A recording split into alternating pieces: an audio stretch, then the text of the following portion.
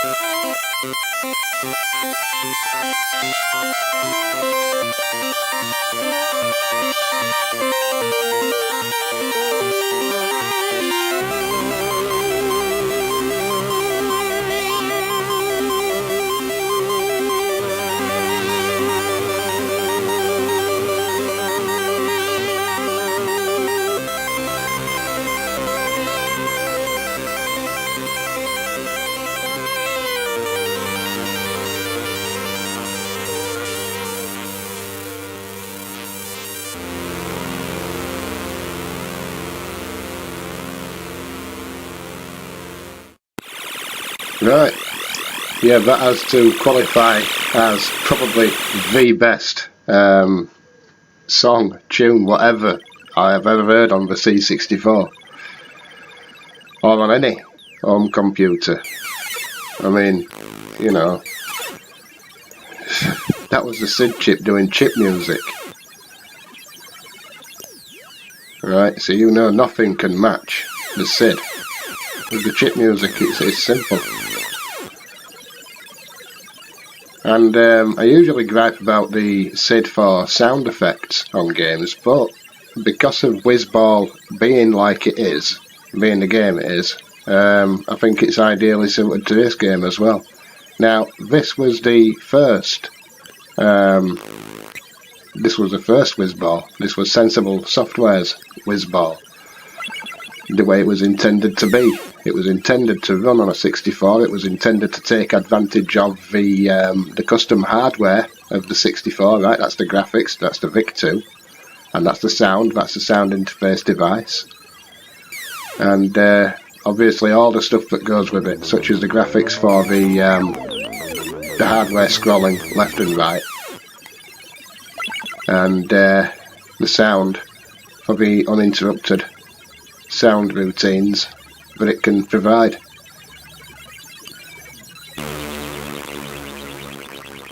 And the tubular effects, they're great on the SID. They really are. Look at these sprites. You know, they even made you deaf. Very colourful.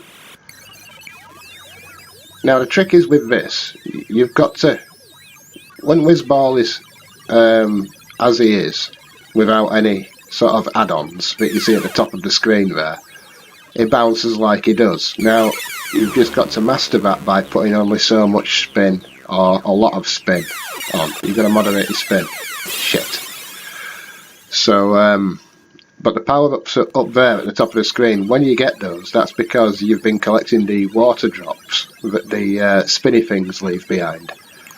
And there you go, look. And when you shake your joystick, or in my case, cursor keys,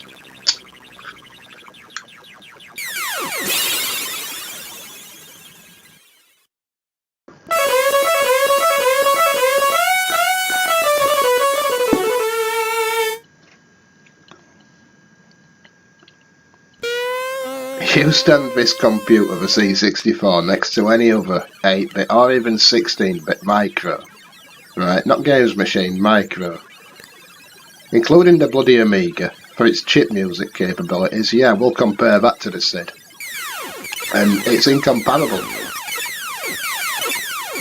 You realise just how good that sound chip is when you see this game, when you hear this game.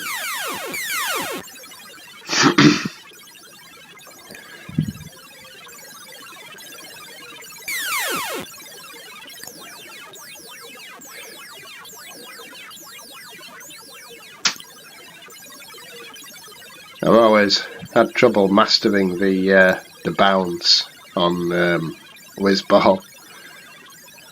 You just have to excuse the extreme tardiness.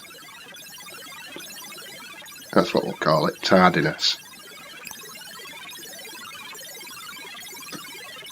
You know, I watch a lot of Steve Benway's videos, and he says that he plays games badly. Well, no, he don't. He's fucking better than me. I'm terrible, right? I am an atrocious game player. Especially on old 8-bit games, because they were less forgiving. You know, you can play Call of Duty now on an Xbox and you might have a bullet that just skims your arm and you're not dead. Okay, play Operation Wolf on a 64. If you get shot, you're fucking dead, mate. There's no ifs or buts. Right, lovely. Get that other one. Now, we can get more or less total control of the ball.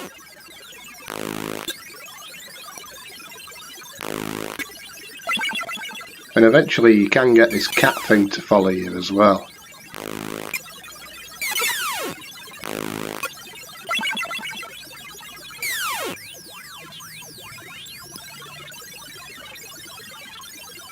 Go down here. Love the pipe noises. And see these, the sprites, as they drop to the floor, wilted. It's just, you got to appreciate the touch in the graphics.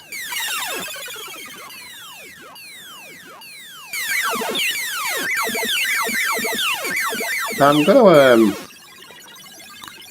I think for my next demonstration I'm going to have a look at the ZX Spectrum version of this game actually, because I used to have a friend called Paul who owned a Spectrum, and he used to think that it was the best computer out of all of ours, and I had a C64 and he wouldn't have it. He used to say, well, you know, the Spectrum's graphics have got more detail. Well, in the next video we're going to see what that detail really matters.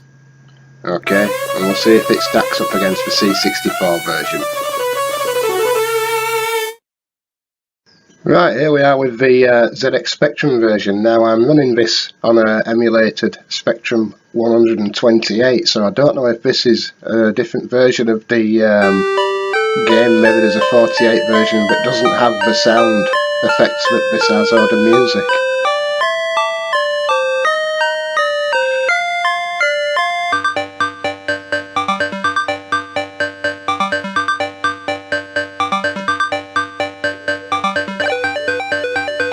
It's not bad music really, but I'm not going to give it as much airtime as I did the C64 because it's using an off-the-shelf sound chip. Okay, it's, you know, the sound chips that the Spectrums used for 128s were commonplace.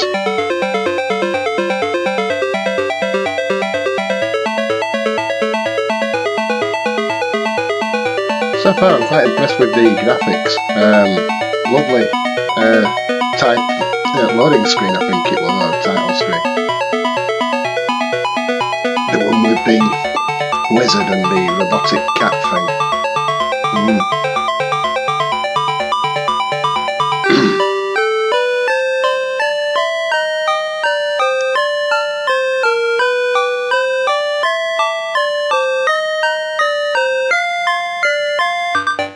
Right, on we go.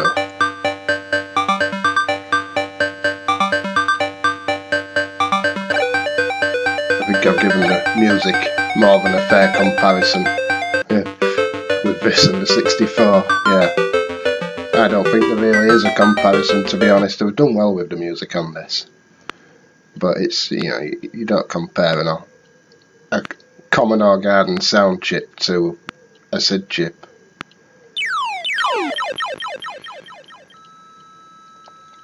The graphics are pleasant enough.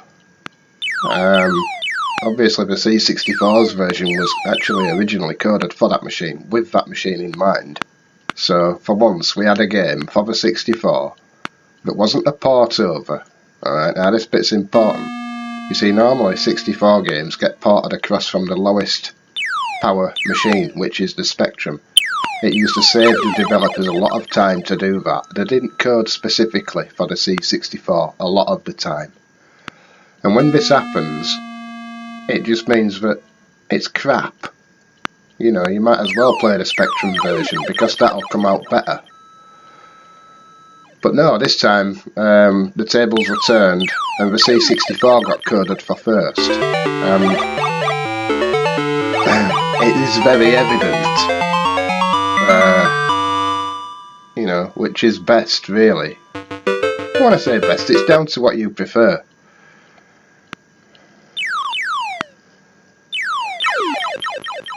But the 64 can pull off chip music that can sometimes fool people into thinking it's a real guitar or piano or whatever, and well, I once did fool my mother into thinking the Spectrum was a telephone ringing, and that was a 128 with the AY chip.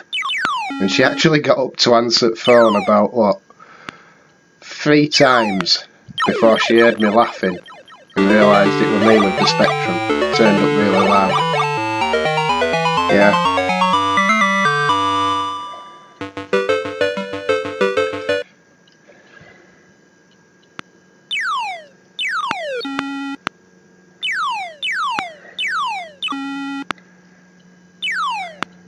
I suppose in a way the game on the Spectrum is, you know, it's taking advantage of the ULA. That's the uncommitted logic array. That's a rather big fat chip inside your Spectrum that takes away a lot of the strain and stresses from the Z80. Well, it's a very good chip. It makes it so that it can smooth scroll and everything like that. But you've got to think, with that ULA chip, a Spectrum is probably just a bit more powerful than an S100 bus computer, right? So really, the Spectrum could have been sold, or should have been sold as a kit computer originally. I know the ZX81 certainly was. But by that time, by the time of the Spectrum, I think people were expecting their computers, if they're a microcomputer, alongside the 64, alongside the Amstrad, to come assembled. There weren't as many enthusiasts who wanted to buy them in kit form for cheaper. But by saying it should have been a kit computer is why I'm saying it should never really be compared to a C64, and the goddamn thing was, because it was in, eventually it was in that price range. But I will say this, if you ever want to play Wizball, play it properly, play it on a C64, right? Because that's how it's meant to be played. All the other versions are just a Me Too thing, you know. Those computers weren't in mind when they were making the 64 version. It was tailored for that machine, right? That's all we have time for. Take care till next time. Thanks for watching.